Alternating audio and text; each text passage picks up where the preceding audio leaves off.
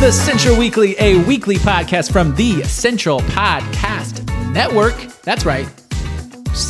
CPN. There it is. Boo, boo, boo, boo. CPN. John Henninger in the studio with myself, Jared LaCrone. Here we are. We are in week 2 of Boats. B-O-A-T-S, Boats. Not an acronym. Originally... Nope, here he goes again. Originally, it was. Originally, this series was going to be based on a true story. B-O-A-T-S. Yeah. But then we just went with Boats. Why do you think Christianity as a whole has veered away from acronyms? Because when we were kids, everything was an acronym. Everything was... Including your hip-hop group. G-O-D, Ganking on Demons. Yeah, right, exactly. Everything. SALT. I was involved with SALT. Students, I don't know what it was. I can't remember. I think I've told you this before, but when I first came to Central, they were big into the acronym, you know, like or acrostic, whatever it's called. Yeah. And they had this group of senior citizens called SALT, and that stood for Senior Adult Limbering Time. This is when they would just walk around and exercise. One of my favorites was what was the kids choir? IPAW, which was interactive praise and worship. Yeah, when everything was interactive back then. IPAW, they loved that, and it was IPAW before iPad. Everything was back then. You remember? I mean, like when the iPhone came out, every church everywhere jumped on this Apple motif. I still think they should have called it the iTab. It's a tablet, the iTab. Still think that they lost that. I don't know. It's not too late. Steve and I were talking, and he didn't take my opinion on that. Hey, let's get to what we're here for. We're here to talk about boats, and really, week 2, we're looking at the story of Jonah. Yep. And gosh, a lot of lessons that we can take from the life of Jonah. You've even, do your at a glance, your 5 things that you said. What are we talking about? Boating, saving, those 5 things. Oh gosh, I don't know. You don't know? No, I don't know off the top of my head. I can tell you in a minute. But yeah, we're in this second week. We're talking about the life of Jonah, and I'm pulling this up right now. Do you have it in front of you? Am I going to beat you? Probably so. Here we go. All right, go. It is Jonah, and it is... Here's the synopsis. Here's the... I just love that the whale of a tale was definitely in there, but you didn't say tail. I put that in there, but you did. Yeah, I did. There it is. Calling, running, boating, sulking, and surrendering and saving. So you had 6. Mm-hmm. That's pretty good. And I like the story of Jonah. It's funny because every time I hear the story of Jonah, I don't know why, but it's the Veggie Tales. That's instantly what comes to my head. I don't know why, but quick sidetrack. Please. As is our custom. We haven't even gotten to the guest yet. All right. So the other day, we had a veggie tray here. Yeah. Was it you? We had I was eating some green peppers. Maybe. And you said, do you know what you're eating right now is a fruit? No, that wasn't me. I said, I saw that little conversation. I said, you're crazy, cat. I was not part of that. And then a cucumber. They said, well, that's a fruit. Because it's got seeds in it. So a tomato. Yep. So this is where I'm headed here. Yep. The entire premise of Veggie Tales is a lie. Is a cucumber and a tomato. Yeah. And it's not even fruit tales. Yeah, right. That's a whole different thing. Fruit tales. All right, so back to Jonah. So we're going to talk about Jonah. Yep. And his adventure. And guess who is the guest? Well, you know it. I do know. It's Remington Simon. Yeah. Yeah. So Remington's been on my list to talk to for a long time. And because I knew vaguely of his stories, but I kind of went into our conversation that we're going to have a little bit, just a little, I didn't want to know too much because I wanted to find out with the audience.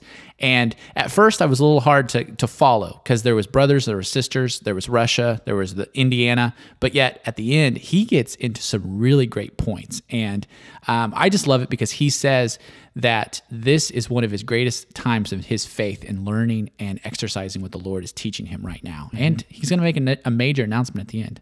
Well, not major, but it's going to be good. It's going to be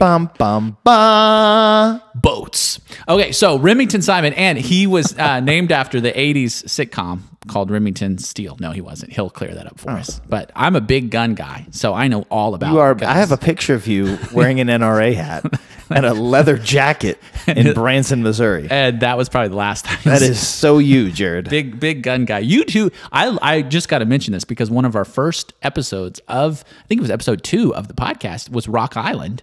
Oh, wow. And that's the name of a gun manufacturer. It is. Yeah, super Rock cool. Island Armory. And you have I do. a handgun. Handgun. That just okay. So here's the deal. We're going to talk about these two things, and if you want to fast forward to Remington's conversation, it's super good. But come back to us because it's really neat because the adventures that Remington has had around the world are very. It's weird that this is this. It's kind of cool that it's the same week that we're talking about Jonah, a guy that's maybe left Jonah didn't want to hear from God the way that Jonah thought, but yet he circled back around. He found forgiveness and saving in the process. Okay, so here let me throw this at you. Okay, like reading through the story of Jonah, 4 chapters, 48 verses, not a lot to it. Yeah, I don't see in there. I mean, like he's in the belly of the whale. Knew you were gonna say this. Do you? Mm-hmm. I don't see in there a where Jonah is really repentant. He's kind of a. I'm going to sound super judgy when I talk about this, but you're right that even when God shows him the repentive nature of his enemy, he's not like, oh, that's great, wonderful, God, thank you for this, and I'm grateful for this. Actually, I say in the sermon, which I have not listened to. That's why I'm in the dark. I mean, you look at this picture, you zoom out on this picture, and it's just kind of backward feeling because really, like the unbelieving sailors on the boat get saved because of Jonah. The wicked people of Nineveh come to a place of repentance and salvation because of Jonah, and the person acting the least godly in this whole picture is the man who's the prophet and part of the chosen people. Well, you know what I mean? So I mean, like this. It's kind of what we call ironic in Hollywood, like we in Hollywood. Yeah, you guys out there in Hollywood. But you call it the anti-hero, right? I mean, this is the story of the anti-hero where you learn from what he doesn't do in a lot of aspects. I mean, outside of VeggieTales, right? In the real life story here's the funny thing.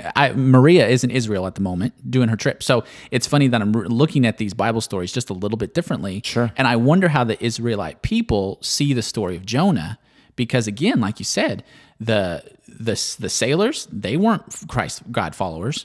And they come to repentive, and you've got these Ninevites that were even so mean to the Israelite people. They come into salvation, or right. So it's like I wonder how they come across that. And looking at the Chosen, where you've got these disciples in the Chosen, in the Bible, the New Testament. But I'm watching the Chosen, and you see these guys that Israelite people just didn't really understand when Jesus was going for the Gentiles. So those stories of, hey, we want everybody to come to the table, that was almost come at Jesus with a little anger, because they're like, why would we want our enemies to be at the table that we've waited so long for? And I mean, to me, that's a mindset that Jonah had hundreds of years before Jesus was even walking the earth. Yeah, I mean, like I say in the sermon, I think that a lot of what happens with Jonah is Romans 8:28 being played out well before it's written. God works all things together for the good of those who love him and are called according to his purpose. And God calls Jonah according to his purpose. And even in his half-hearted efforts, God blesses that and brings people to repentance through him. And so really I think that we can be encouraged by that and understand that even in our failure, even in our mess up, even when we are less than we should be, God is still working all things together for the good of those who love him and are called according to his purpose. And I love that your first your major big point was we forget that God's plan is always better. Yeah, just like that's what Jonah did. And I also thought it was interesting. It's just an interesting story top to bottom, but it's I think about, so Nineveh, where God asked Jonah to go, is 500 miles east of Israel. Tarshish, where Jonah decides to go, was farther away. What? Was farther away. Was 2,500 miles to the west. Yeah. How far out of our way we go to avoid obeying God. Sometimes God says, do this, and we say, well, I'm going to do this. But really, it costs us a whole lot more time and effort to go around God's will than it would if we were just to follow what he's asking us to do sometimes, which I think that's an interesting side note of the whole story. Yeah, I mean, you think about the Israelites. I mean, it wasn't that far into the land of flowing with milk and honey, in the promised land, but yet it took them 40 years to get there because of their disobedience. Right. And I think of when I see this lesson, this first lesson that you have for Jonah, I think of Noah's story. And I don't know who Jonah is, but Noah's story in the fact that our obedience doesn't really look like what we normally think it should look like. Our calling doesn't usually look like what we think it's going to look like. And the same things with Jonah.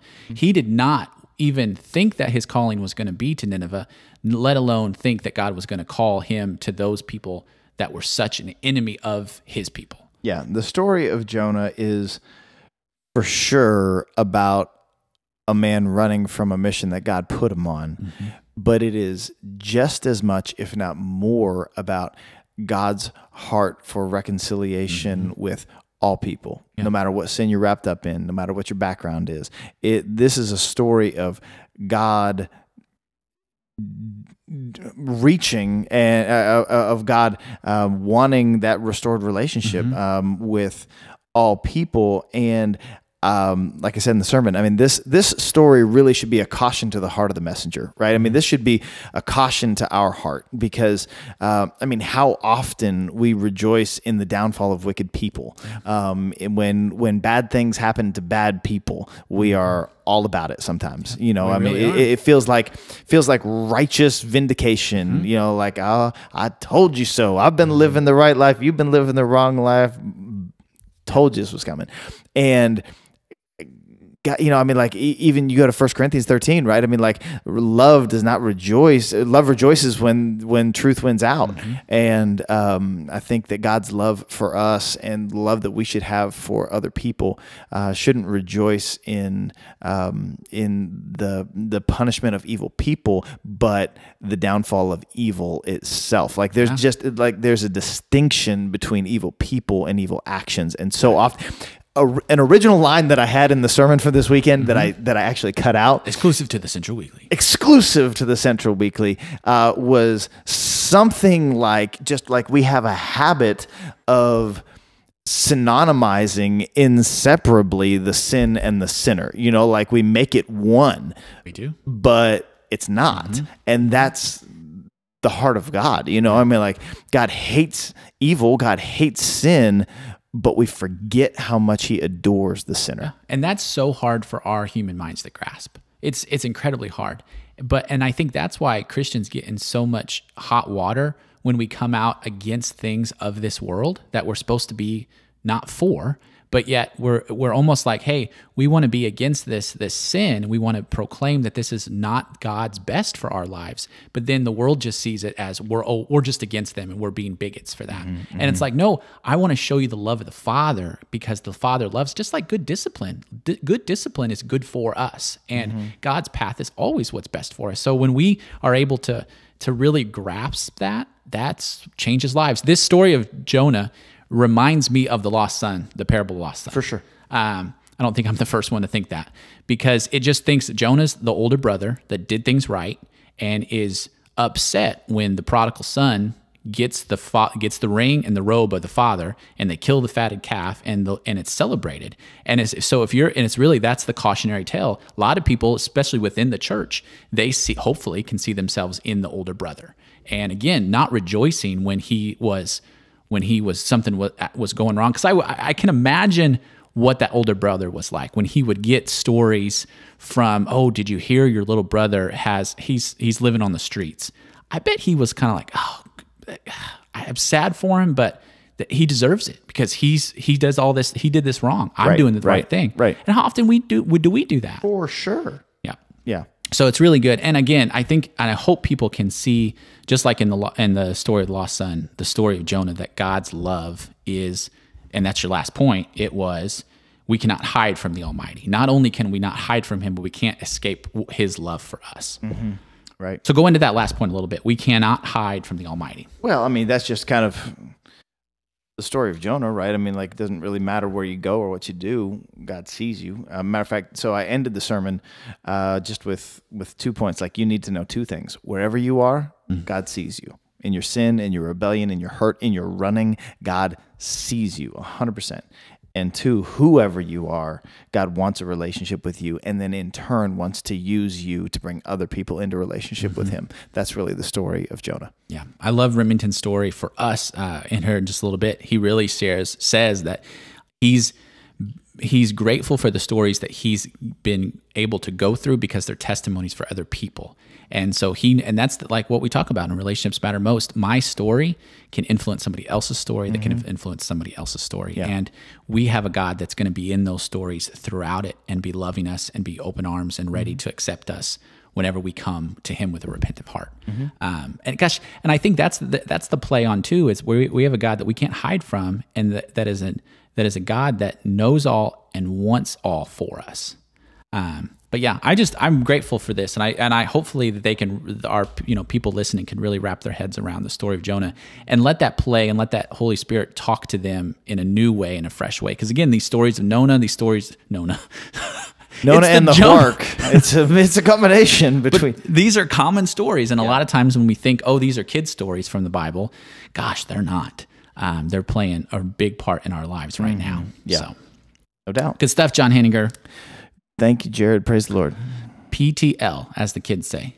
I don't know. Do they say that? Probably not anymore. No, I'm 15 years behind now.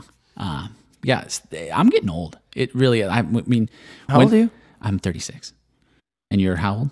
42. 42 now. Yeah. Oh man. Ouch. It's getting up there. So here's the deal. Next week we're going to be looking at. I think you're looking at Jesus next week. Yeah. Well, every week we look at Jesus. Well, but you're looking at the storm and Jesus walking on the water. Am I right? I don't know. Yes, you are. I can't the remember. Storm and the Savior, week 3. And I'm really excited about this Storm and the Savior. Because there's a lot of lessons that we can learn from that particular story with the disciples. But you're saving the disciples for the abode of abundance on week 5. So Central Summer has been really fun already. We had a lot of baptisms last week. And just you see this life that's growing. And and just a shout out too, because it's kind of on the same wavelength.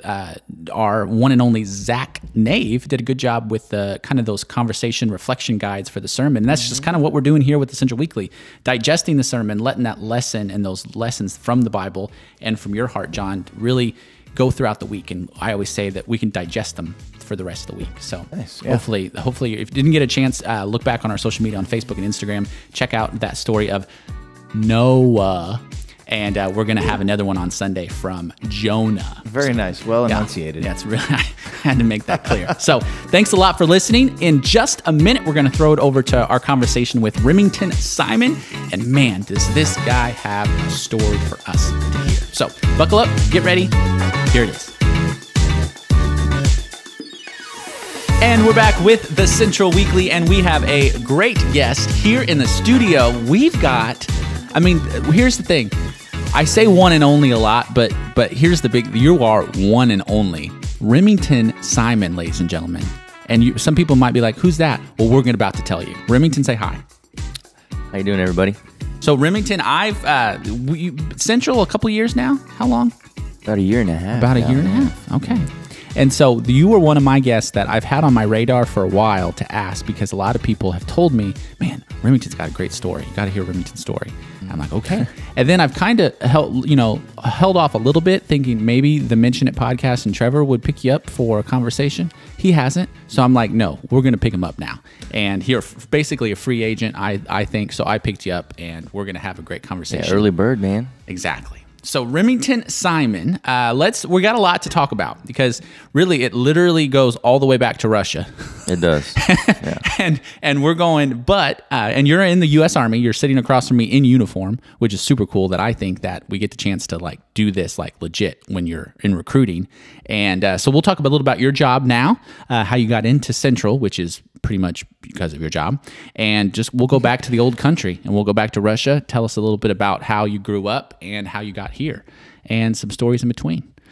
You ready? Yeah. So, let's go. And then of course we'll save for the last question at the end. We'll take a little break, and then we'll get into the last question. How has God been working in your life lately? Yes. So just remember that when we're going through the life of Remington Simon. So I'm excited first for that up, one. the people are thinking, and we talked about this prior to the show, everybody probably thinks Remington Steele when they hear Remington Simon. But you said you've never seen it. Let's address that real quick. what do I usually hear when Remington comes out of my mouth? And I'd say it's probably 50-50, honestly. Yeah. Half go with shotguns and guns. It's like, that's reasonable. Okay. That makes Understandable. And then some of the more cultured.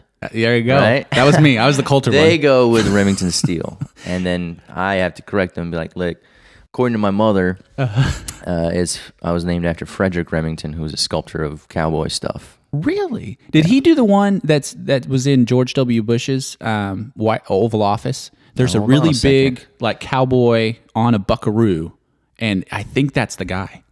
I'll have to do my Probably. research. Again, people might be screaming at their iPhones right now saying, no, it's not right. But okay, so Remington, and it's funny because I know you, a big man, and I also know a little girl named Remington too. She's one of Remington Jackson. Yeah, what's that about? Yeah, I don't know. She goes by strong Remy. masculine name. Well, she goes by Remy. Blasting it on a girl. Yeah, but it's fun. So we'll talk to Mr. Jackson about that later in the sound booth. But okay, Remington Simon, take us back. Let's start all the way at the end or at the beginning. We don't know the end yet.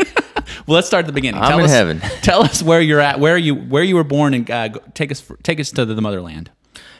Yeah. So I was born in it's actually the Soviet Union at the time. So I was born September 23rd, 1991. And September birthday. All right. Yeah.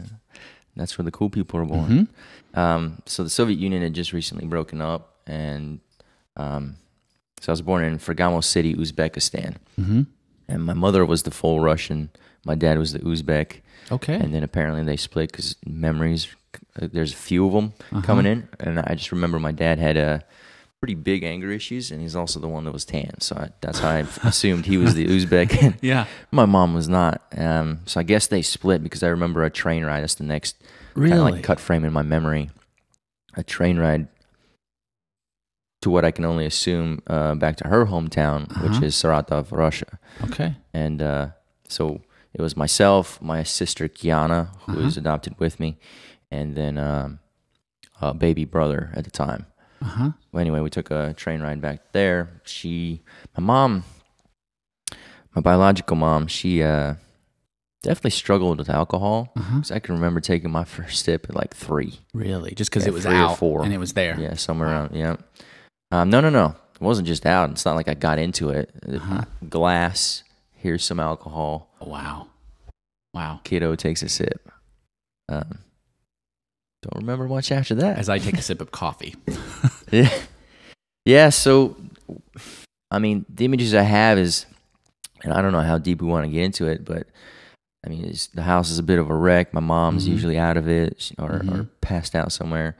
And in my later life, I can kind of understand where she was at in that point in time, because I now understand what, an addiction like that does to you, and the stress of having young kids and no help. And so I actually have more compassion for her than I do any kind of other feeling. Yeah. Obviously at the time I had no idea what was going on. All I just saw was a mess in the house. I'm talking like there's a pee bucket next to the bed. You're crazy, man. Right? And she definitely wasn't wealthy or had any money. Yeah. And that's part of the stress she was going through. And how many kids again? Just you and your sister? Me, my sister, we had a baby brother at the time. Yes, okay. And then there was actually a much older one who was already out of the house. Okay. At this time. I remember meeting him like maybe a couple of times, once or twice. Yeah. That's just memory. I don't know how often he was around when I was younger. But yeah, he'd already been, he was in jail at the time that I was going to the orphanage because I guess he beat somebody up in defense of the family, and he was a little too brutal, so he went to jail. Yeah, that happens. So the orphanage. Okay, so your mom. When did the orphanage come in?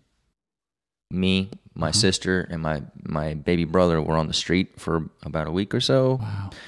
And honestly, I don't see how that's possible because I'm like 5 at this time, and I have a baby. You think I could keep a baby alive for a week? I don't think so. So it must have been shorter time. Yeah. Right? Maybe we looked rough and the officer thought we were there for a week, but couldn't have been. So anyway, he takes us to the hospital to get checked out and make sure we're good to go so we don't bring in any kind of weird sickness to the orphanage. And this is kind of a critical part to me, we're about to leave the hospital, and there's two cabs pull up. And they're shuttling or ushering my sister, myself, and one, and taking baby brother to another. And at this point, I'm pretty defensive. I'm like, hey, why isn't he coming with us? Yeah. They're like, hey, don't worry about it. You guys are going to the same spot. That was the last I saw of him. Fast forward quite a few years, and I found out that he did indeed go to the same orphanage. It's just babies are separated from kids, and then he was adopted by a Russian family, like a year prior to us. Yeah. So anyway, take the ride to the orphanage. You get the greeting by the like director, I guess. Not really sure what she was, and get a new name assigned to you. Really? That was wild. That's crazy. You just this little tiny bug-eyed kid staring at some adults, just like, hey, you are now Misha. Which, by the way, originally I was Sherzad Salyutin, which is like, I guess, the birth name. Walk in, you're now Misha. No last name. And the orphanage was massive, and it broke down into sections, right? And so they took my sister Kiana, whose Russian name was Katya, to this one area, and we're both together, so that was cool.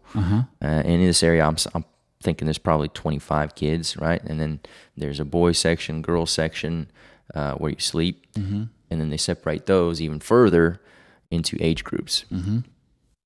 Which, by the way, at 16, it's like, adios, good luck with life. Gosh. I mean, like maybe when I was 16, I was arrogant and stupid enough to think that I could make it. But looking back at it now, it's like, with no support system at all. Wild. Wow. Yeah. I mean, you get a bunch of rambunctious kids. Together. I mean, basically this hierarchy of like who's the big dog on the playground. How many do you think were in that orphanage? Whoo, that's tough to say because I never saw the rest of the kids. The whole thing, yeah. Yeah, I just saw that little tiny. Especially how area big of if you didn't even see your baby brother. Yeah. You found out he was in the same one. Yeah. And then, how long were you there? 2 years. 2 years. Okay. I was about 7.5 when I got adopted. Okay. But in the orphanage and in Russia, right? The way we played would probably give heart attacks to teachers and parents here. Right? I'm talking like we make our own darts or find a dart and throw it at each other. I got a couple stuck in my leg multiple times. Wow. We're climbing on the roofs of the orphanage in the winter, throwing ice at each other. So the possibility of slipping, very real. Yeah. Obviously, we weren't thinking that. Yeah. We'd make slingshots that, in the office or most office buildings, that square ceiling that's... I don't even know what that's made out of. Yeah, I don't know either. But anyway, we'd make slingshots. I know it's messy when you cut into it. Absolutely.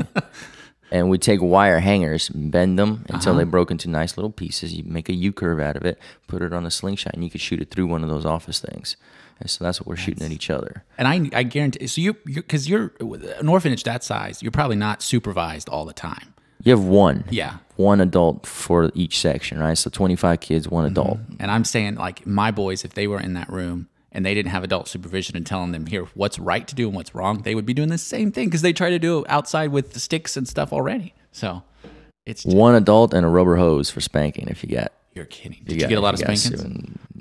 I don't remember too many. That's good. At least not in the orphanage. Yeah. There's plenty in my American life. So take us to the adoption. How did that happen? How did your parents or mom get to Russia to pick you up? Well, in '98, they'd already met like the coordinator, like a Russian translator that takes them through the adoption process. And they'd adopted my brother and sister, current, a year before myself. So they'd already kind of knew how the thing goes. But here's the wild thing. In this particular orphanage, and obviously I can't speak for all of them, you just line up, man. They choose a couple of kids like you're shopping at a grocery store. And then, so that's basically what happened. My mom and dad didn't go through the lineup, right? Because they're like, no, we don't need to do that. Just pick a couple kids for us. Yeah. And so here's how we got that. Apparently, because I asked the question, okay, so how'd you guys come on us? Yeah, seriously. Eventually. Yeah. And it's like, the orphanage just said you two were the ones that wanted parents the most. Oh, man. And so there it was.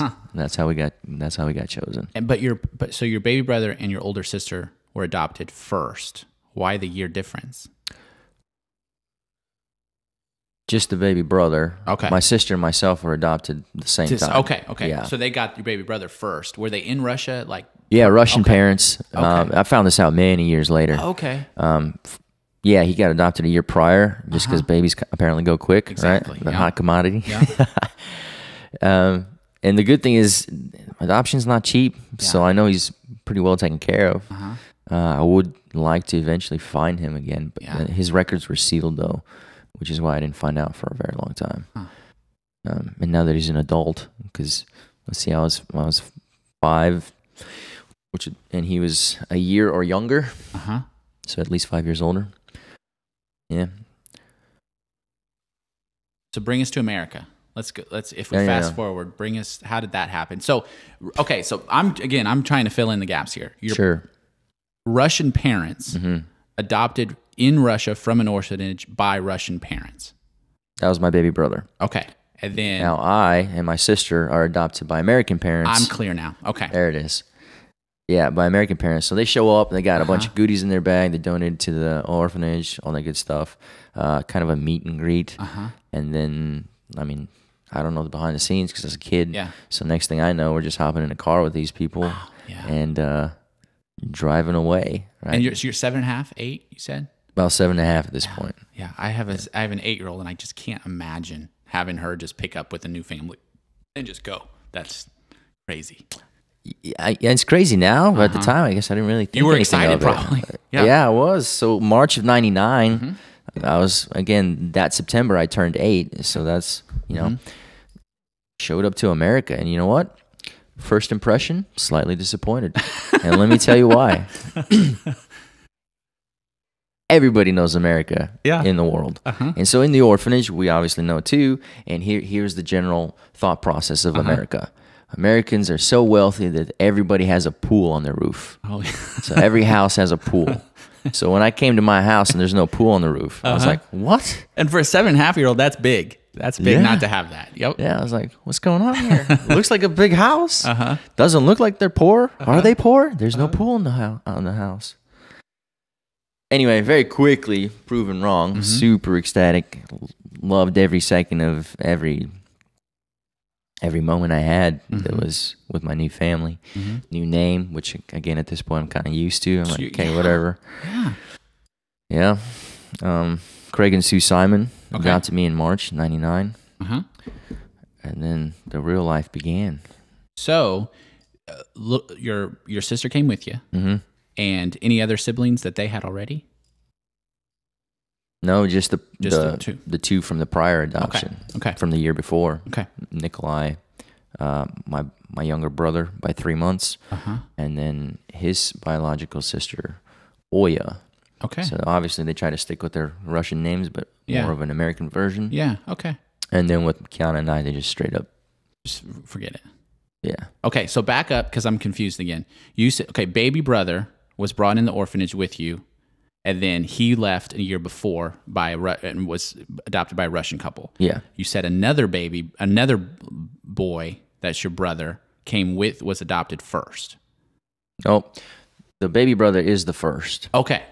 There's another sibling who is older. He's the one that was in jail. Yes. So there's 4 total. 4 total that I'm aware of. Okay. Yeah. And then so when you get to America, there was just the 2 of you? Okay. I'm clear now. Yep, just the 2 of us, my sister and myself. Okay. She's about a year and a month or so younger. Okay. And what remind me where again? Where? North Carolina? Oh, no.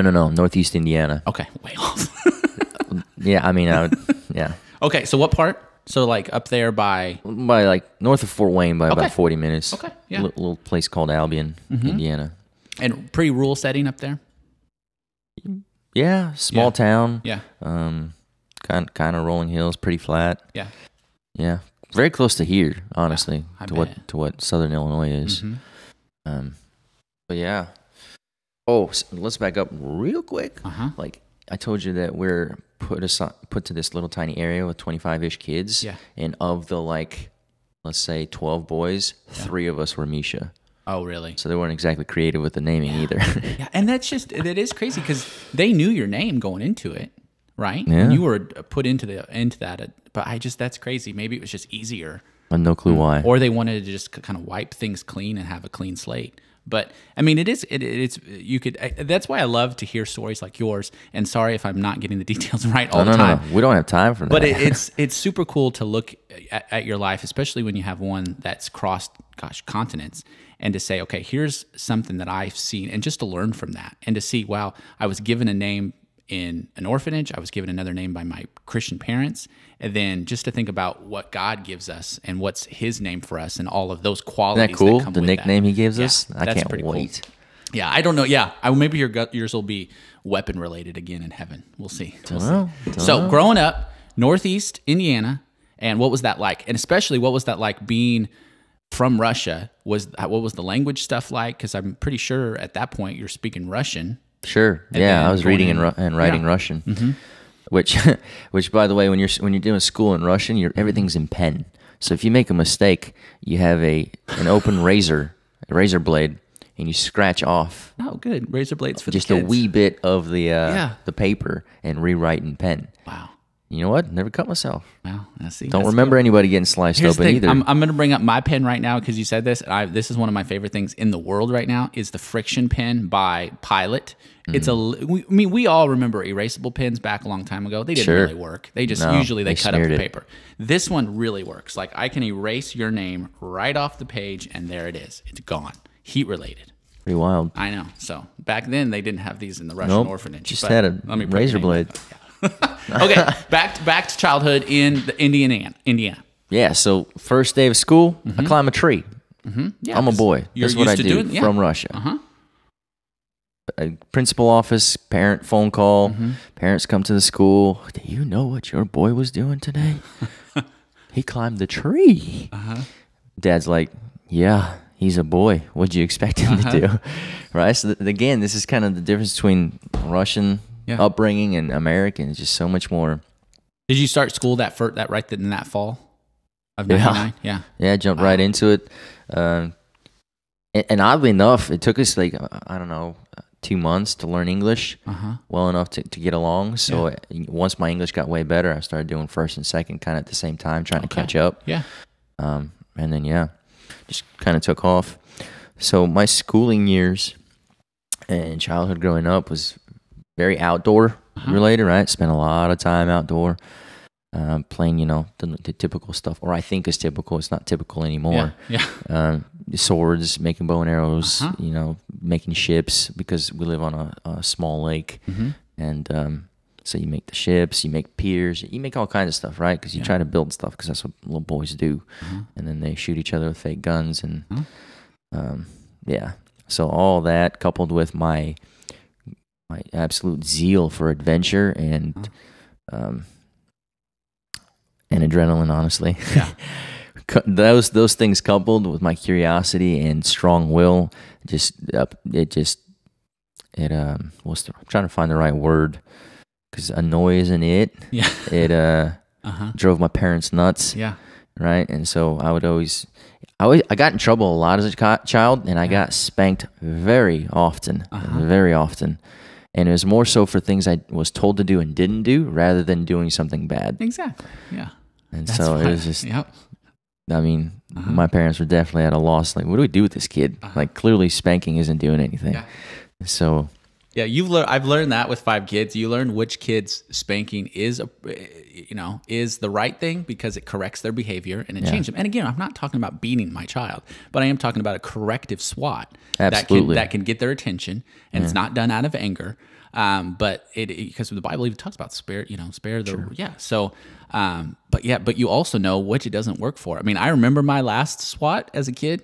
I did something wrong, like with my bike, and like destroyed my bike, and my dad was so upset because I destroyed my bike, and so he brings me into the kitchen. I mean, I remember it to this day. He says, "Okay, I'm giving you a spanking," gives me the spanking, and I say, "Is that it?" And he, of course, walloped me again, but he knew this was the time. I'm either if I have to spank him harder, it's going to be abuse. So I'm done with this. I can't do this anymore. But so let's transition from that to growing up Christian household. Yes. What was faith? How did faith play a role, especially with your makeup coming from a completely different country? Probably didn't get influenced that much with your faith growing up. What was it like to put that faith together with an American lifestyle now? And how did that kind of blend together in a young boy growing up in Indiana? Yeah, young boy in Indiana, came from Russia. We didn't even talk about God or eternity. Yeah. That's just not a conversation apparently 7-year-olds hold. And the adults, you know, and God bless them, 25 kids. You're not, you know, it's a job. They're not your kids. So yeah, Christian upbringing. It's just for a while, quite a while. I'm saying until like 14, 15. It was just something I did because that's what my family did. You know, I wouldn't say I didn't believe it. I was just like numb through all of it. I was into it. I didn't. It wasn't your own. No, I didn't. No, I guess I don't know. I don't know how to say it. It's just, again, it's just something you just did. And I would say I believed it, but didn't really give it thought either. Yeah. So I'd say I believed, but wasn't a true believer, if that makes sense. Yeah. Because I had no reason to doubt what my parents are telling me. Because as a child, you believe what your parents tell you, for the most part, until, well, right about 14, 15, when you start trying to have a will of your own, or that starts getting developed. And so I don't have a particular moment in time where I'm like, okay, man, this is the moment I truly accepted Christ and my walk with Him began. I don't have that moment because, again, I was brought up Christian, so it could have been any time between then. Yeah. There is a moment right around 14 where I went to Acquire the Fire, which is a giant. Okay, so you're aware. Yeah, it's for those that don't know, it's like a giant concert for Christians. Yeah. I've never been. Toby Mac there, man. I had like, a friend. woo! Yeah, that's a big deal right there, especially at 14. So yeah, Toby, KJ52, Skillet, Red. I don't know if Red. I don't think Red was there. But anyway, there's a moment where they ask anybody that wants to believe to pray with them and kneel down, do whatever it is. My buddy sitting next to me did that, and then I just remember thinking initially I gotta do it with him to support him. Yeah, but I think it was a genuine prayer of my own. And so I kind of give that moment the credit of true salvation. And then, unfortunately, I've always had a zeal to learn about the Bible and its doctrine. Yeah. And had I would say now, unnatural, and that seems a little arrogant, so I don't know, an unnatural zeal for the truth. Like I just wanted to know the truth. I didn't care what it was. I just wanted to know that it was the truth. And so that's what I seeked out, and it just kept pointing towards the Bible. It just kept pointing, And so my faith grew in that aspect because when in my pursuit for the truth, everything kept pointing to the Bible. And so I was like, okay, well, it must be true. I mean, I'm talking like I would sit through hours of lectures on red light refraction, because my best friend asked me, hey, man, so if you think the Bible's true, then how do you explain billions of light years away? I was like, dude, I don't know. Let me find out. I'll get back to you. And so I'd pour into anything and everybody that was talking about, how light travels and how it moves and apologetics, going into that. Some of like Ken Ham or Dr. Kent Hovind, who dive deeply into the more logical and scientific apologetic. And so, I would listen to hours and hours of light movement. So who does that? And man? that's a teenage boy right there. That was more like young 20s. Okay. For that particular example, but that was the kind of thing I would do as a teenage boy. Yeah, is just, I don't know. I just always wanted to know. My childhood pastor, Dr. Tom Clothier, now a doctor, he is even then at the time he preached expositionally. So like you take the word. The specific word in the sentence, right, or in the verse rather, and you'd be like, okay, in the Greek, here's what it means. In the context it's used, here's, I know well, I'm trying to explain for these viewers. And even as a 7, 8-year-old, I was drawn in. Like I loved hearing that man preach. Can't say the same for my siblings. Yeah. They were drawing pictures and doing other stuff, trying to stay quiet so that they didn't get spanked. But yeah, loved it. And so, and then sorry to say, or I guess I'm not sorry, because I believe that God uses all of your experiences to build your testimony, which then can become relatable to other people, so you can help them out later in life when it is that He brings the rubber to the road, so to speak, with your life, right? It's like, hey, okay, you've got the story that's needed for the people you're about to come in contact with. Because let's face it, if we're talking hurt of losing someone, if you've never lost anyone, how can you possibly comfort anyone, right? The best you can do is point them towards Scripture. And sometimes, like another buddy of mine brought up, that's not what they want to hear, in the moment. Because my buddy was talking about how he resisted Christ and Christianity growing up, even though his mother was devout, because when he'd come to her with a problem, she'd say, look up this verse, or let's read the Bible. And he's like, Mom, I don't want the Bible, I want a hug. Right? And that's similar to your experiences, being able to connect with other people and sympathize with them, because to be very frank, empathy is not a strong suit of mine. Compassion is, but empathy is not. Yeah. There's a difference. Yeah. Because I see someone suffering, and I'm like, okay, tell me more about the suffering. They do.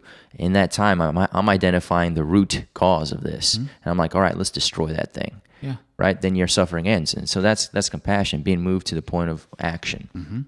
Well, sometimes that's not what they want. They just want an ear. Yeah. And bro, I'm not that dude. I'm not the empathetic I'm trying to be. Tell me all about it. Yep. Yeah.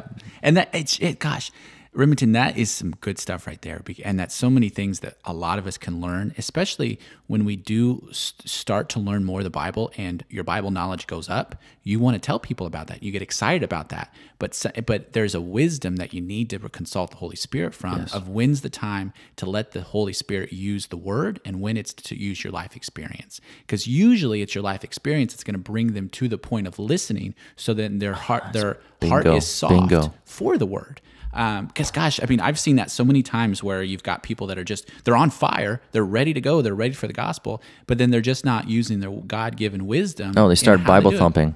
Exactly. But and that gosh, turns people away. What an amazing thing especially, and just to turn it on your story and just to know the experiences that have formed who you are, and for reasons. I mean, you're able to talk adoption with kids in your future that have been adopted, that have been through home to home to home maybe, and you're able to come alongside them. I know that you've done that already here at Central. We probably won't get into names and stuff, but you're able to come alongside people that have struggled with adoption and foster care and been through homes, because you've seen that experience and you've been able to just say, hey, here's what I've gone through and here's how the Lord has helped me. He could probably do the same for you too. Gosh, that's just really good about building your testimony. And we say it all the time, relationships matter most, and it's a relationship that's going to bring them to the gospel. And on that note, that's how I spread the gospel, is personal conversation. And I know, because he's prevalent in my life, somewhere in the conversation it's going to turn to eternity. Yeah. And with that, you talk about God, religion, whatever it is that you think, eternity is and will be. And so luckily for me, I came upon that pretty quick, because I was finding out that just straight up going to people and going, hey man, what do you know about Christ? Do you want to know? Yeah. Right? It just turns people away. That's not going to work. But if I strike up a conversation with them, and everybody's going to have some sort of hurt or trauma, and they're going to ask me how I deal with it. Yeah. And my answer is Christ. Yep. Always is. So it's super easy to, hey man, I know you may or may not believe in this, but you ask me, how do I deal with this pain or that pain or this hurt or this struggle? Well, here's what it is. And I just start talking gospel. And sometimes it's more practical than it is just straight, Christ helped me out in this and that, or he gave me the strength here and there. So personal conversation leading to, it's exactly like you said, right? You relate and they become curious, they ask, and there's your opportunity to plant a seed. and hopefully another person comes along and waters it. Such a good testimony. And I want to talk about the uniform in the room. Let's go into the Army. Tell us about where that kind of started, where that, like, we'll go back to that reference, where it rooted and kind of came to fruition in your life. Yeah. I was a thrill seeker. And so I guess I got to kind of mention this part. Back us up if you need to. Once we reached, I was on and off homeschool, like go to public school, homeschool, public school, homeschool. Once high school rolled around, because of all my spankings, my parents were like, bro, I don't know what to do with this kid. So they sent me to a boarding school. Really? Amazing time. Had a great time. Okay. 2 different ones. One semester in my freshman year, I went to Howe Military Academy. Awesome place. Had a great time. Rifle team. Awesome. Obviously heavily military influenced because it's run by veterans. Yeah. Predominantly. And where's that at? Howe, Indiana. Okay. Northeast Indiana. Okay. So close. Yeah, like right on the Michigan border, basically. Okay. Yeah. Super expensive. And so after the first semester and 15 grand later, they're like, yeah, no, we're not doing this for a problem child, quote unquote. Right. And so they sent me to Indiana Sailors and Soldiers Children's Home, which is east of Indianapolis, in Knightstown, Indiana, which is kind of where the movie Hoosiers was based and filmed. Awesome. And there I've met some very pivotal people in my life, including my current professional mentor. Okay. So again, you live there. That's what a boarding school is. You live there, you go to school, whatever. And so the National Guard were the only ones that kept visiting. And so my first go was with my friends to the National Guard. And frankly, I didn't really know the difference between National Guard and active Army. I mean, I knew that there's time because, you're a weekend warrior with the National Guard. You're not doing this every day. But they're basically the only ones that would take me the soonest. And that was at 17. And so at 17, I went to basic training. I came back, finished my senior year of high school, and then went to advanced individual training, which is where I learned my job, which mine was infantry. So it was just more of infantry tactics, small unit tactics, different weapon handling, that kind of stuff. And then I became a weekend warrior, man. And honestly, my time in the Guard Indiana National Guard was a great time because I got to do quite a few different things. And I think that's not the normal experience for most, right? Because I think it's a weekend and 2 weeks in the summer. And it's very monotonous and repetitive. Because what can you accomplish as an infantryman in a weekend? Yeah. Like besides maybe doing a couple of glass houses, which is just setting up some tape or finding a room somewhere and going through the motions of how you'd clear it. Most of the time what happened was you just sit around and you bull crap with your friends while leadership took care of the administrative part of the training. And, there's plenty of that going around always. And then you go home and then, like a week later, you get paid $350 or something like that. But during I spent almost 5 years in the National Guard. And about a year and a half into it, I was like, look, I got to do this full time. It just took me a year and a half plus to go active duty. It just because I had to get a conditional release. I signed a 6-year contract with the National Guard, and I was trying to leave it early. Therefore, I needed special permission. But you were trying to leave it early to go into active. Right, which is the only reason You would think they would be a little bit more like, we want you to do that. You would think, but they took their sweet time. And I'm not sure of all the behind the scenes of what it takes, but from my understanding, that 368 piece of paper just needs to go to the first general officer in your chain of command and get signed. That's it. So I don't know why that took a year and a half, but it did. And I understand numbers. He doesn't want to lose people, especially one that looks decent on paper. But I got to do, all kinds of stuff. I got to go to Germany for a month with the National Guard, do some training with the German Army. So that was sweet. I went to MRAP school, they're just armored vehicles. It's mine resistant, something or another. Army has a lot of acronyms. Yes. I know what they do and mean, but I can't tell you the acronym specifically. Exactly. For most things. For some things I can. The church likes to do that too. Basically a very armored vehicle, and there's different types of them, and I got to go drive them all. And then they took us out to a field and said, don't get stuck, and I drove it like I stole it, man. I didn't get stuck. So I got to do that. I got to go to javelin school, which, by the way, the javelin, in my opinion, is like the greatest weapon system a human can carry. Yeah. Well, the most powerful one, I should say, not the greatest, right? Because a javelin in a small arms fight is pretty worthless. Yeah. But against anything that's got armor, you're done, son. Yeah. Like, that thing's powerful. I don't know if I want to go into the details of what it can do on here. I'm pretty sure it's common knowledge. So, but I still don't want to. Let's just put it this way: there's nothing on Earth that drives around with enough armor to withstand that thing. And that was your favorite to use. It's the most powerful, right? Yeah. It's like, so for these gaming generation, right? This is like the ultimate move that you can perform on, the finishing move, so to speak. Finish, yeah. Right now, granted, when you're in a small arms fight, which means like handheld weapons, closer combat. Yeah, the finishing move is that. Yeah. But if you want a super powerful move, because you can kill another human with this javelin, it's just ill-advised because it's an $80,000 missile, and you're about to shoot it at a dude that doesn't make $80,000 in his entire life.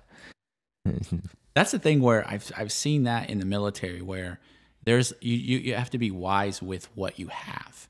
Because, like, you could use the nuclear option and everything and just wipe things out, but that's not going to be conducive to life, and not going to be conducive to the long game. And a lot of times you have to consider the long game, because you're not just fighting the small battles; you're looking at the entire war. But that's so.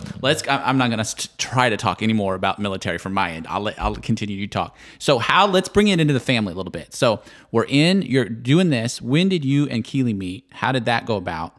And were you still full time? And then I think, when did recruiting start to take place? Yeah. Let's get to it. So I went active duty, and this leads into how I met Keely, my wife. I went on an 18 X-ray contract, which is a chance at Special Forces selection, right? So I'm in great shape, dude. Like I'm in excellent shape. I think I'm mentally ready anyway. They do this preparatory course. Do well there, and then you go to selection. And this is where some of my dad's words came to bite me in the butt, because I didn't pay attention to the wisdom and the warning that he gave. So anyway, I go through first week. It's a 3-week process for Special Forces selection. The first week is gate week. In other words, you're just doing a whole bunch of physical stuff to weed out the dudes that are not mentally strong and or physically strong, right? The second week is land navigation, like go in the woods, plot a point with a map and compass, find it. That weeds out quite a few dudes as well. Anyway, I could talk a while on that one too. And then the third week is team week. So after gate week, I'm flying high. I'm thinking I'm doing great because I'm finishing in the top like 20 dudes in just about everything. And mind you, there's 400 and some dudes trying out per class. So I'm like, I'm doing great. And they're calling off numbers because everybody's a number at this point. They don't have time for names. They're calling off numbers into a pile, kind of. And some of the numbers they call off, I'm like, okay, that's a solid dude. So this, whatever this is, it can't be a bad thing, because my number just got called to it. And then I sit down in the office, and he's like, hey, man, at this point, you're going to be an involuntary withdrawal. In other words, you're getting dropped from selection. I'm like,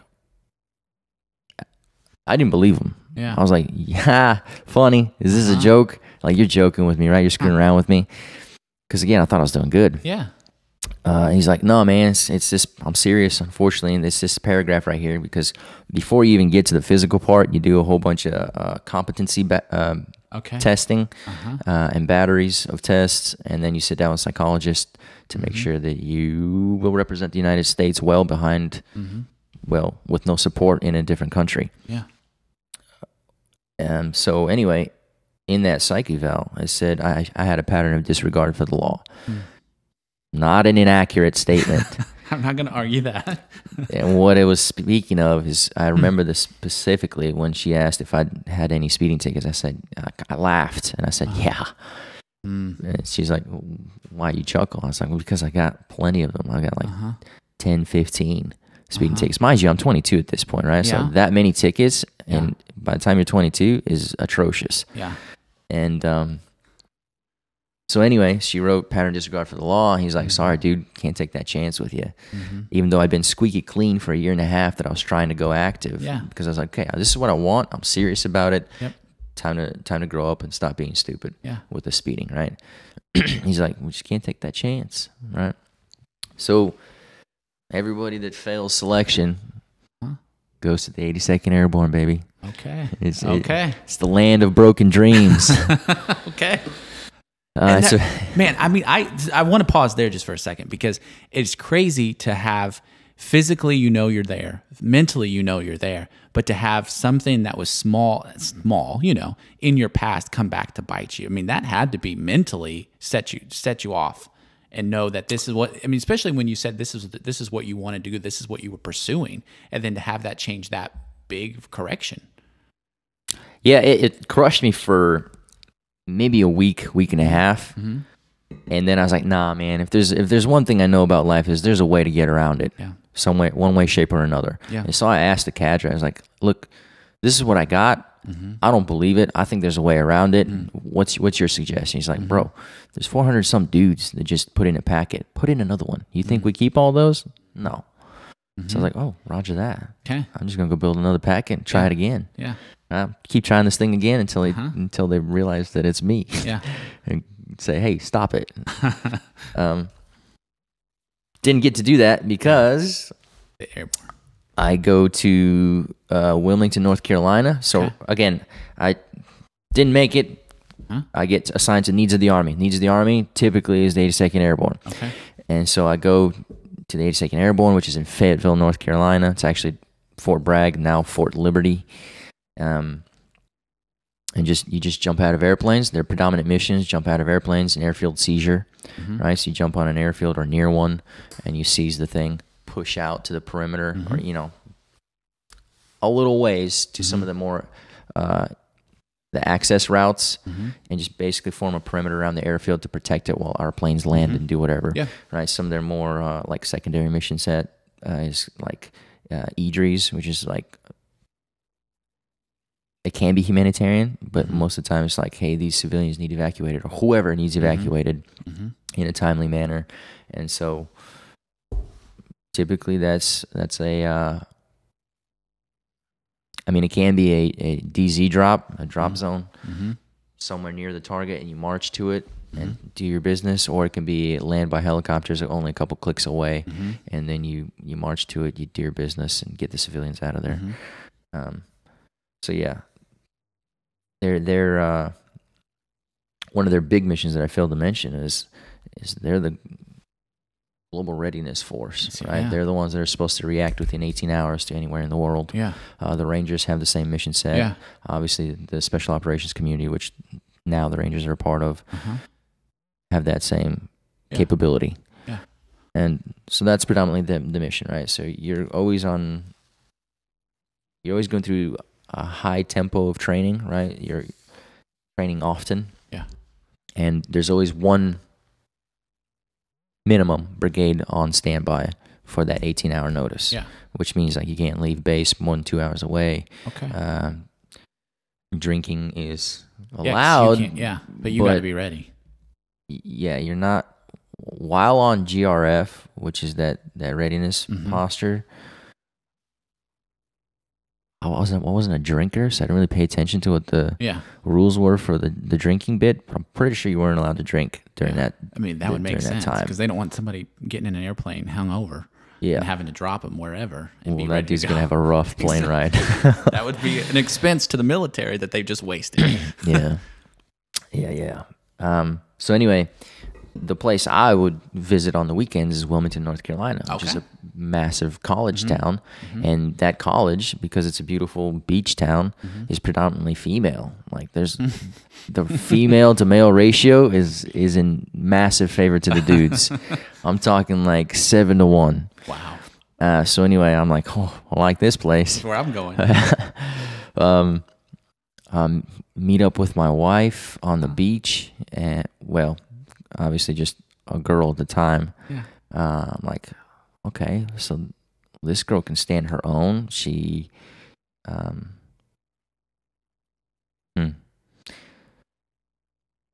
she's just different from the rest, right? And to be fair, I know I wasn't an ugly dude. So there was a certain way women would react or interact with me. Okay. And she wasn't like that. No. No, she wasn't. I mean, I knew she liked me to an extent, but also I knew that she had a will of her own enough to not act on it just based on looks, right? She was like, "Look, dude, you gotta meet a certain bar before we're allowed to spend more time together." Yeah. Right. I'm like, I was intrigued by that. I was like, what? Yeah, and women need to know that men like that. That's what they want. They don't want just some person just coming in and like they want a will of their own. Men like a will of their own in a woman. Does that make sense? I think that makes sense. Yeah, I mean, don't get me wrong. The flattery is wonderful too, and you got to have both, but you got to use it at times. Yeah. You can't. That can't be your default. Because unfortunately, it's human nature to take advantage of such a thing. Yeah. And to debase it and not value it. Yeah. It's like, let's be real. Everybody wants to be admired and loved and told that they're awesome in every way possible, right? That's a very nice feeling. But if that's your default, then it's just like, bro, this girl's desperate. Yeah. Yep. And that scares dudes away. Yep. Especially this day and age when they have no idea what commitment means to anything. Yep. Not all of them. Obviously, there's some outstanding dudes out there, but yeah. So anyway, that's how I met her. It was just on and off, long distance relationship. On the weekends, just about every weekend, I would drive down to Wilmington and spend time with her. And then one day, wild hair, and I was like, I'm gonna buy a bike.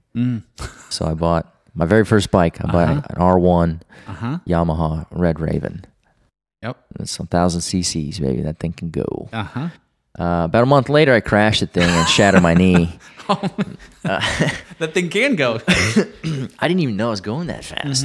I wasn't even trying to speed. Yeah. I was going around a curve, and it was pulling me out too fast to the curb. And I was like, dude, what the heck is going on? And I remember glancing at the speed. It was around 72. I was going around this curve. I was about a mile away from the hospital, so praise God for that. Yeah. Yeah. So anyway, I pulled out to the curb, and then the tire obviously hits the curb, and I flip over and tumble, like topside is what it's, I think, called. So anyway, I get done rolling, and I think I'm good to go. Excuse me. I think I'm good to go. I'm like, okay, that wasn't too bad. Let's get out of here. Can't stand up, man. Can't stand up. Yep.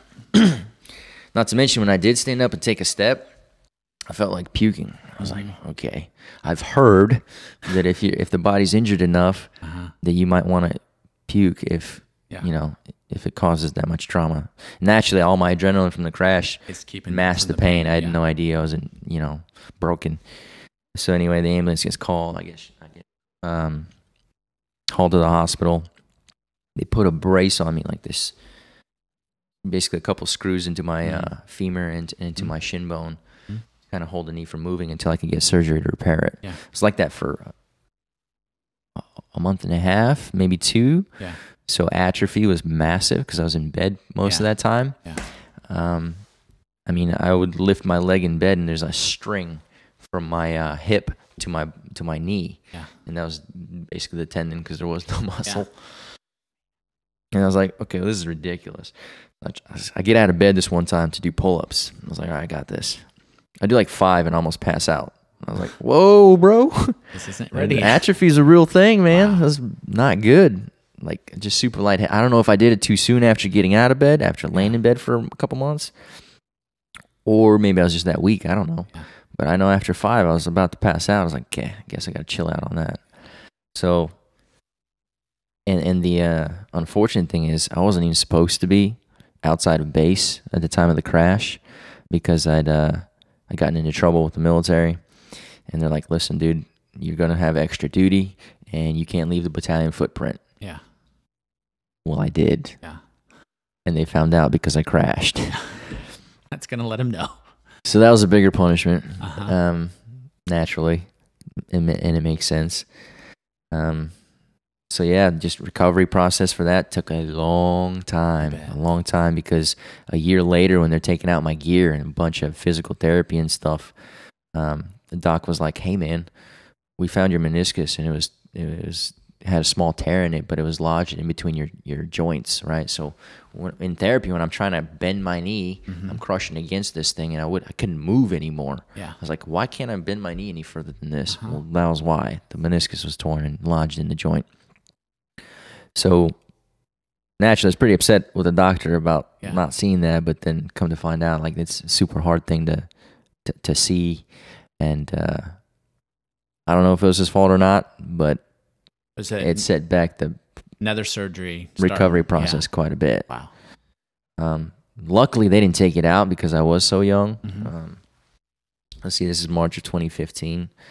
So, yeah, I was like 23, 24 at the time that this happened. So they left it in.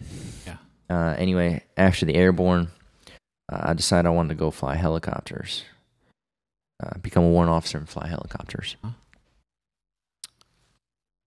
And to do that, I have to build this packet of paperwork and go through a bunch of different physical assessments and the eye tests, and take a SIFT test, which is a aptitude test for flight, basically. Okay, yeah. and I passed that barely because I focused so much on aerodynamics that I didn't really know it'd be anything but aerodynamics. But it went back to, like your core 4 subjects, right? And then there's a bunch of different little diagrams about, like, okay, here's the picture. What's the plane doing? Like, it'll be a picture of you in the cockpit, so to speak, right? Basically be the horizon at a certain angle. And it's like, okay, what's the plane doing based off this picture? Wow. Yeah. Right? And you had like 3 seconds to answer it, and you move on to the next if you wanted to answer all of them. Yeah. Anyway, barely passed that thing.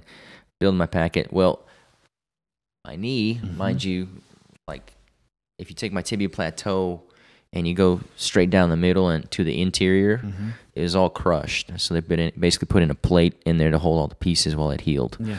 Okay, so knee's not doing great. So I'm like, okay, jumping out of airplanes isn't great for it. I'm going to move to a unit that doesn't do that. Exactly. So I went to heavy infantry in Fort Stewart, 3rd Infantry Division. They're a mechanized unit, and they have Bradleys, which is it's a armored personnel carrier is what it does. So basically, it's lots of armor, big guns, and a squad of infantry in the back. Yeah. So you roll up, you shoot like crazy, drop the ramp, let the infantry out. They go in and do their business. So I'm doing that for the next 3 years, right? So from 2019 to 21, that's what I'm doing. In that time, they deployed to Poland and Romania, about 6 months each, as a deterrent for the Russian aggression that was happening at the time. Good time. Don't want to really get into it because we've been here a while anyway, and frankly, the audience... No, they're still in it. If they've lasted this long, they're still in it. Yeah, I suppose so, yeah. This is height of COVID. Yeah. So typically when you deploy, you'll get some time out to explore the culture and the area around you. Not going on. Not this time. Wow. This time it's just, here's the camp. You boys aren't leaving it. So that sucked. But still pretty cool experience because, like, the Polish people would be able to enter the post and sell their food and speak to them. And then they actually had an orphanage come in, and the kids played with the soldiers for an entire day, and that obviously hit home for me. Yeah. So I ran back to my tent. I grabbed all the candy I could find, and any other kind of food. Just I spent the entire day with those kids because I'm like, that's cool. I know where you guys have been. Yeah. Right. Yeah. So yeah. Very impactful day. And then we went to Romania. That was just a giant bus ride from Poland to Romania. And that was a more built-up camp, right? It was a more permanent camp. Okay. And so it was nicer living conditions, chow hall, all that good stuff, not just tents. It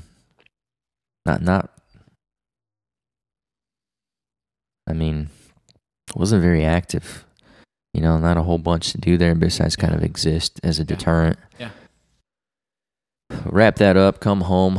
Mind you, at this point, my wife's pregnant, and so she's going through the pregnancy by herself for the most part. Yeah. The Army sends me back shortly after going from Poland to Romania, right? So 6 months in Poland, we moved to Romania. About 2 weeks into Romania, I get sent back for the birth of my daughter. So this is August now. Get to be there for the birth. 20 more days, boom, back to Romania. And so my wife just went through pregnancy by herself, and now she's raising a baby by herself for the first time, right? Which for her, this is daunting. She doesn't back down from the challenge, but she definitely has, the female mind where it just races of all the possibilities that possibly could be, most of which won't happen. And so that's stressful for her, blah, blah, blah. We, and I didn't grasp any of that until I came home and started trying to help out with my daughter and doing the diapers, the getting up in the middle of the night, and unfortunately my wife couldn't breastfeed because it's just, for some reason, just super, super, super painful. The milk just had a hard time getting out because she, God bless her, she tried to do it for much longer than she probably should have, and trying to breast pump. She'd spend an hour there and get like one bottle. It's like, okay, how about we just go to the formula? Yeah, the formula. Yeah. And so that means I can now feed the child, which means you're the predominant dude that's going to get out of bed, go make the formula. Yep. Know what that's like. And help. My Lord, I couldn't imagine doing all that by myself.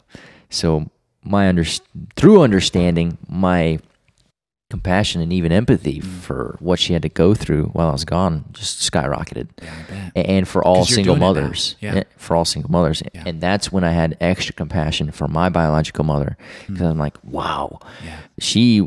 First of all, she's an alcoholic, so there's baggage with that, and there's baggage that brought you to that point, more than likely. And on top of that, she's trying to raise a baby and 2 young children. And so I'm like, dude, I bet you she felt this is the only way I can take care of the kids. Cope. Yeah. Right. So orphanage it went, And so frankly, I have no ill will or thoughts towards my biological mom. And again, full circle moment there. Your experience gave you the appreciation for your mom, and without without that experience in your life, you wouldn't have had that compassion for her as you do now. Spot on. Yeah. The experience gives you understanding and a different perspective, and those are key for sympathizing and empathizing with others. So we have Keely. Scarlett's in the picture. Now, get us to recruiting into Mount Vernon, Illinois. Yeah, that probably should have been the bulk of the conversation, honestly. Nope. I had a feeling it would take a while to get there. Yeah. So recruiting is a broadening assignment, as well as kind of a special duty assignment kind of thing, right? So between recruiting, drill sergeant, and instructor in some Army school like sniper school or whatever, any other school, Airborne's one, they're all considered broadening assignments, special duty, because the Army needs them, but there is no quote-unquote job for it. I got you. Yeah. Like an MOS, 11 Bravo stands for infantry, right? So there is now an identifier for recruiting. So after your mandatory time, if you decide to stay, you become a 79 Romeo, which is a recruiter. Okay. Right. I don't think drill sergeants have that capability. I think recruiting's special in that aspect. So anyway, I get my new promotion to E6 staff sergeant, and immediately recruiting orders from well above my chain of command, and I'm upset. Because I was planning to go fly helicopters. Exactly. And this is going to put me back 3 years easy, because it's a 3-year duty. Because you make that commitment, It's a 3-year duty.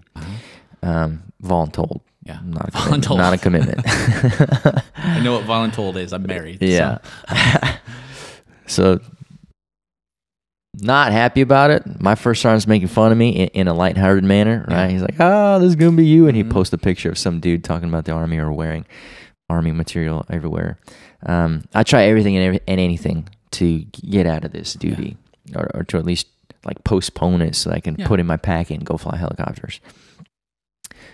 Doesn't work. Mm-hmm. So now I'm like, rats. I go to recruiting college. That's a 6. They call it college. It's just another Army school. So that's 6.5 weeks of learning the basics of sales, the basics of presentation, and the basics of Army regulation for qualification to join. Right. In that time, I let everybody know that I don't want to be there. Like, because the first thing this guy did, the instructor, he's like, hey, who doesn't want to be here? Because he's well aware that this is a duty that most people are assigned to and don't choose. And my hand shoots up. But then I also know, just from life experience, that this is happening. I can't do anything about it. Yep. So what I need to do is change my perspective on it so that the next 3 years aren't miserable. Yep. Because if I continue to cry about it and have multiple wham moments, this is going to be a miserable 3 years. Mm-hmm. So I start talking to the instructor, and it's like, hey, man, I understand I got to do this to make this bearable for the next 3 years. Yep. You know, how'd you cope with it? And I just started asking for advice and just trying to find the good of recruiting. Yep. And eventually it's like, well, most of it is everything I hate. And what I mean by that is paperwork. I despise paperwork. I'm horrible at paperwork. I always say I'm allergic to paperwork. Mm-hmm. And so that and office work. I mean, I joined the Army to avoid that crap. Yeah. And here we are in an office doing paperwork. Huh? The talking to people part, love it. I'm okay with that. Huh? With the rest of recruiting, hated it. So then I find out towards the end of the school that I'm going to Southern Illinois, and I know Illinois, massively blue state, mostly thanks to Chicago. And I'm like, no, anywhere but there. Just please put me in a red state, because I know taxes are going to be wild. And I know cost of living is going to be wild. Recruiting is going to be a little more successful in a red state, and that's also a fact. Yeah, so I kick and scream even harder to not go there, not to go here. Yeah. And, hindsight 2020. You didn't know that Southern Illinois is a lot different then. Is a lot different, but also God was getting me near this church. And that this church has been the greatest blessing to my life since salvation, really. I'm not saying it's the number one blessing, because there's other people in my life who are very close to me and whose relationship I value very much. But I understand that the reason I went to recruiting, the reason I got put here in Southern Illinois, was to grow in my walk in Christ. And what I started trying to talk about in the beginning, shortly after talking about how we were saved, is from salvation till I got stationed here for recruiting purposes. I would describe myself as a lukewarm Christian, maybe a little more on the warm side, because again, I wasn't afraid to share the faith. But as far as personal example, not very good. And part of that had to do with me being arrogant enough to think that I can withstand the devil and cultural experiences and influence. That's the word I was looking for. Cultural influence by myself. I was like, I can do this, bro. I'm a strong Christian. I got this. I'm Remington.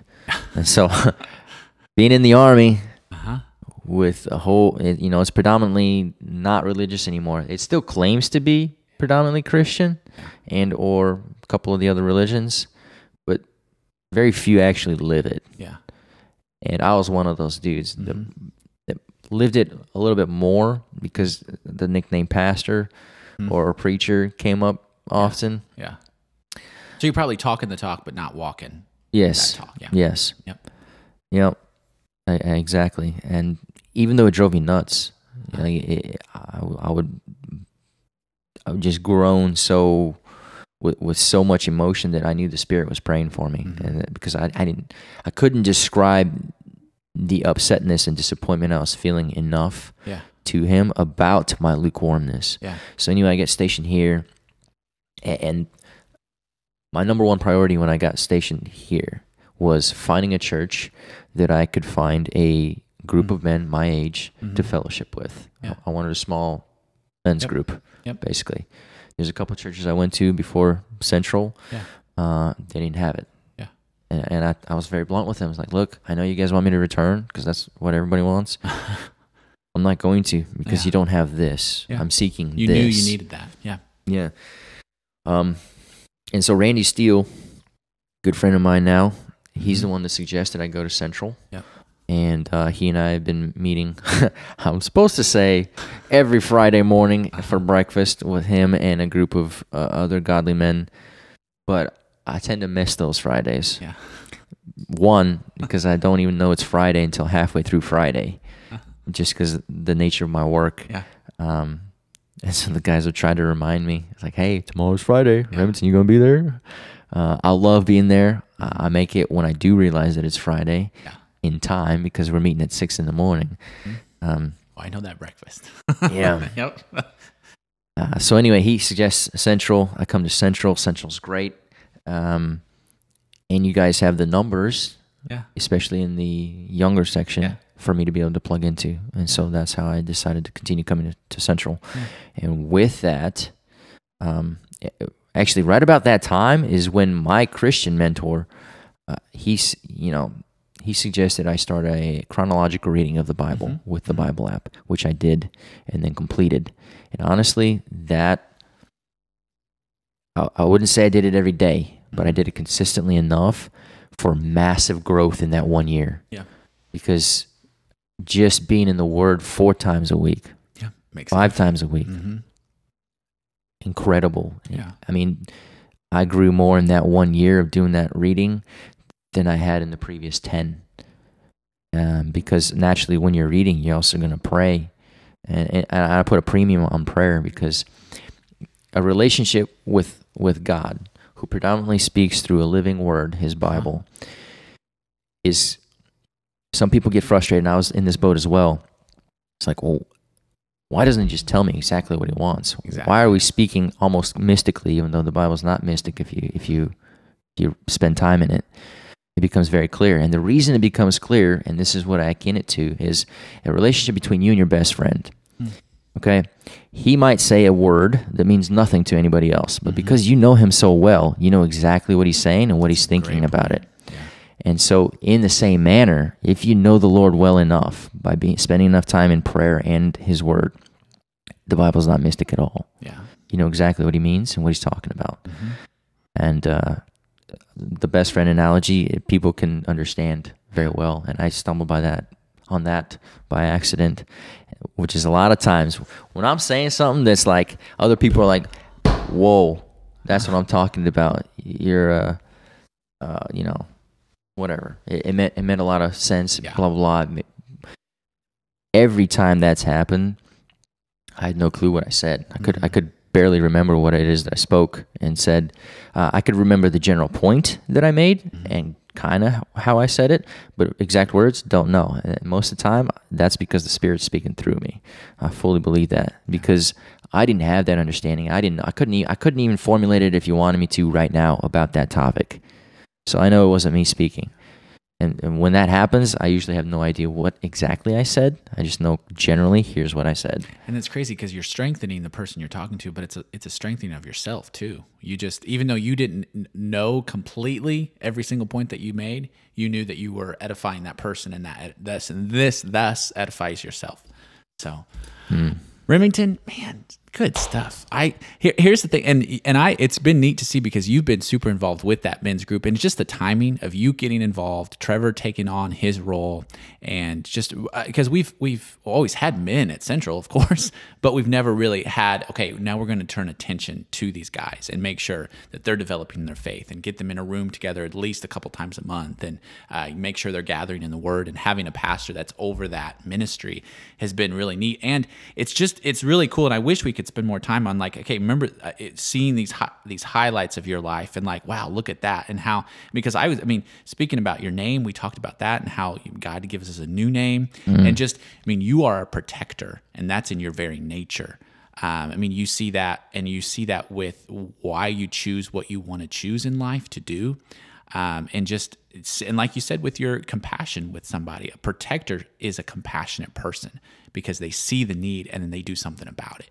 And I'm just proud of you seeing needs, even in the deficiency, maybe in your faith, that you say that I need to seek this out. I need to protect myself and figure out what I need to do. And I mean, you're a man that sees, okay, I need to do A, B, and C in order to get to D.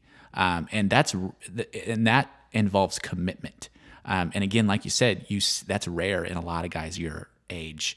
And that's amazing what the military can do. And it brings commitment into people's lives. And I say that's extremely valuable because through protecting people in the military, those guys are developing so many qualities of commitment and compassion that you don't get in life very often anymore. Yeah, I would say the average Army dude are very generous. Yeah, because they'll share whatever they've got with a stranger. So let's take a quick pause. I think we've got maybe a little bit left in the tank. If you're okay with asking the last question, we're going to ask, how has God been working in your life lately? I think we kind of spitballed a little bit there, but we'll just touch it a little bit. So we're going to take a quick break. My battery's dying. This guy needs to get to work. But we're going to answer the question that we ask all of our guests. How has God been working in your life lately? We'll be right back after this.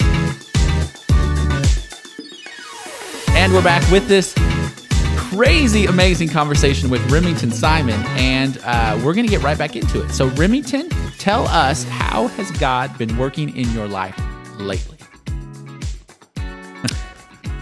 Well, I know how. I'm just trying to formulate how to word it. And I'm also thinking about, 'cause I'm very avid about keeping the majority of what I do, especially if it's quote unquote good, in the shadows. And so to air out, anyway, well, let's just dive into it. I'm just gonna go with it. Again, we spoke briefly on how this past year has propelled my walk in Christ massively. With that came a little bit more wisdom and a little bit more discernment, and a lot more seeking of His will. And naturally, if you do that, He will show Himself and reveal to you on a need-to-know basis. Unfortunately for me, because I would like to know further ahead than need to know. And to get straight to the point, I think He's leading me towards ministry, and perhaps in particularly pastoral. And again, I'm still not. It's still fresh, so you don't want to. Yeah, I get it. I don't want to jump to conclusions yet. Yep. Right, so there's still a lot of prayer to be had, some fasting to be had, which is an important aspect to do in important decisions, especially seeking God's advice in it. The beautiful thing is, He does say that if you ask for more of the Spirit to be poured into you, it will be freely given, as well as wisdom, because they're one and the same. Yep. And so that's awesome. I've been I've been the squeaky wheel when it comes to that for Him. And I mean, part of asking for that is you have to believe that He's willing to do what He said He would do, which is give it to you. And so you thank Him for it, and you know that He has given you a measure of it. That doesn't necessarily mean He just gave you, all the wisdom there is, but you're more wise than you were than before you asked. And so that's very helpful in discerning, as well as counsel. And this is super important.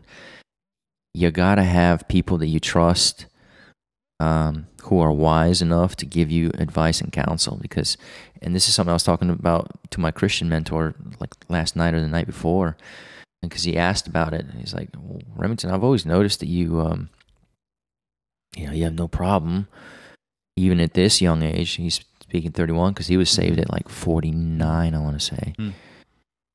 Yeah, pretty old, or 42. I don't know. I should know. He was saved late in life. Yep, got okay, it. And he's like, hey man, you seek out counsel, and it's a good thing that you do so. Yeah. And so I touched on it a little bit. I was like, well, growing up, I was always the ringleader and the big picture guy for my friends. Yep. I'm like, listen, this is awesome. We're gonna go do it. Let's go. And dudes would come with me. That's a gift. Yeah, I guess. Yeah. Yes. Yep. And so with that came a lot of planning. Uh-huh. And I say a lot, but not really. Like again, I was more big picture, not detail guy. Yep. But a lot of plans don't come to fruition, and they fail. And that was identified as a problem by me, 18 and 19 years old. I was like, why do most of my plans fail?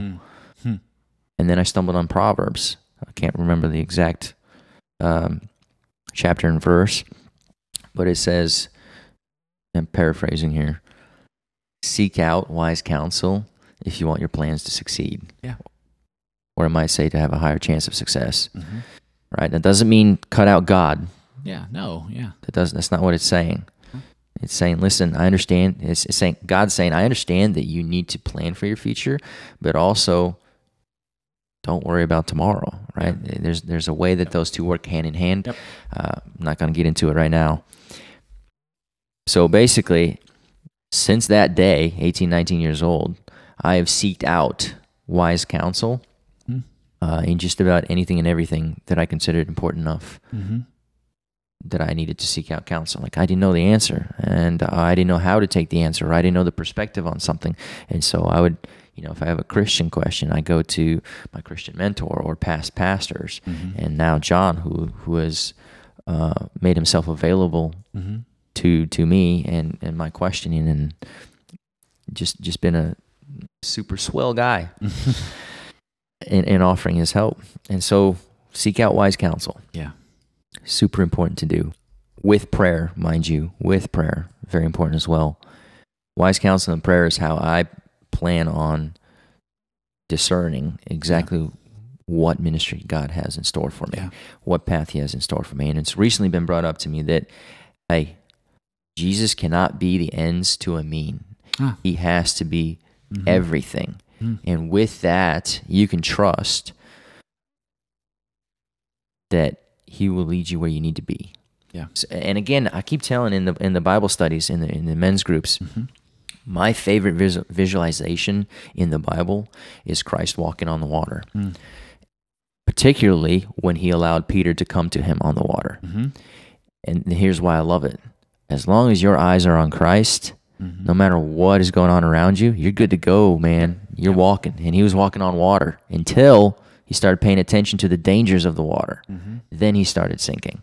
And Christ, it says, immediately reached out to help. So he's always there. He's waiting for you to ask for help, because it says he immediately reached out to help. Yeah. And I love that picture, because that's Christianity in a nutshell. Keep your eyes on Christ. Everything's good to go. Yeah, there's a storm raging around you. Yes, you are in the middle of danger. Keep your eyes on Christ. You're good to go. Take your eyes off. That's when you start sinking. Yeah. And so that's what we're doing right now. Well, Remington, I'm gonna be praying for you, man, because I think, especially when you're getting new insights from the Lord, and that is a ministry direction. And again, I'm grateful that you keyed us in on that and you left that till the end, because again, I understand the apprehension in sharing that, because you're like, I have not formulated this yet. God has not downloaded that plan for me yet, but he's told me what I need to know at the moment. I mean, that's the military right there. They're not going to give you the whole game plan to every infantryman. They're going to tell you what you need to do so you can accomplish a mission. That's a fact. Just keep your eyes on Jesus while you're doing that mission. For the plan to work, I need you to do this part. That's what I need you focused on. Don't worry about the rest of the plan. And that's it's just from every change in your trajectory of your military career into what you're doing now. It's been neat to just kind of in the last 45 minutes, just hear how God has moved you, positioned you, put you where you need to be for that moment. And he's told you what he needed to tell you for that moment. So I'm just glad you told us what we needed to know for this moment. So Remington, it's good stuff. And I say this to all the guests, we're going to have you come back, because I think there was still a lot left on the bone of a lot of those stories that we could come back to and share a lot more. So, but just seriously, your time, what you do for us, in our country is something that we need to be respectful for. And I'm glad to know you. That's all I needed to say. Thank you. Glad to know Thank you. I'm glad to be here. I love this church. I love the church, right? The whole body of Christ. Yeah. Love them all. The hard part is loving your enemies. That's what I'm working on. Well, Remington, thanks so much for sitting in for the Central Weekly. And that's it for episode number 67 of the Central Weekly. We talked about the man, Jonah, and the man right here in the studio, Remington Simon. He did a good job, didn't he? I think he really did. I mean, Remington is a good guy with a heart to honor God, to heart to follow God. Mm-hmm. And I think that you hear that in what he says. And even I think that you see that in him if you know him. Yeah, he's a man of commitment, and he was really how he shared his stories really define that. Mm-hmm. I'm just grateful for him. I'm grateful for what he does for our country. And I'm grateful for just him sitting down and having a great conversation and sharing what God is doing in his life. Keely, Scarlett, the whole crew. Yeah. And next week, we might be going to a little bit of Java, if you know what I mean. Mike Smith, and we're going to have him and his lovely wife, Angie, on the podcast. Really excited, because this was a thing where I thought, hey, let's talk about how you got into the business of beans. And I did not know the incredible story that God has shaped them into some grief that they've walked through, some immense grief, and how God has brought them together for the greater good. Yeah. So really great conversation next week. It's been fun telling these stories. Or not me telling the stories, I get hearing it. these stories. Right, yeah. So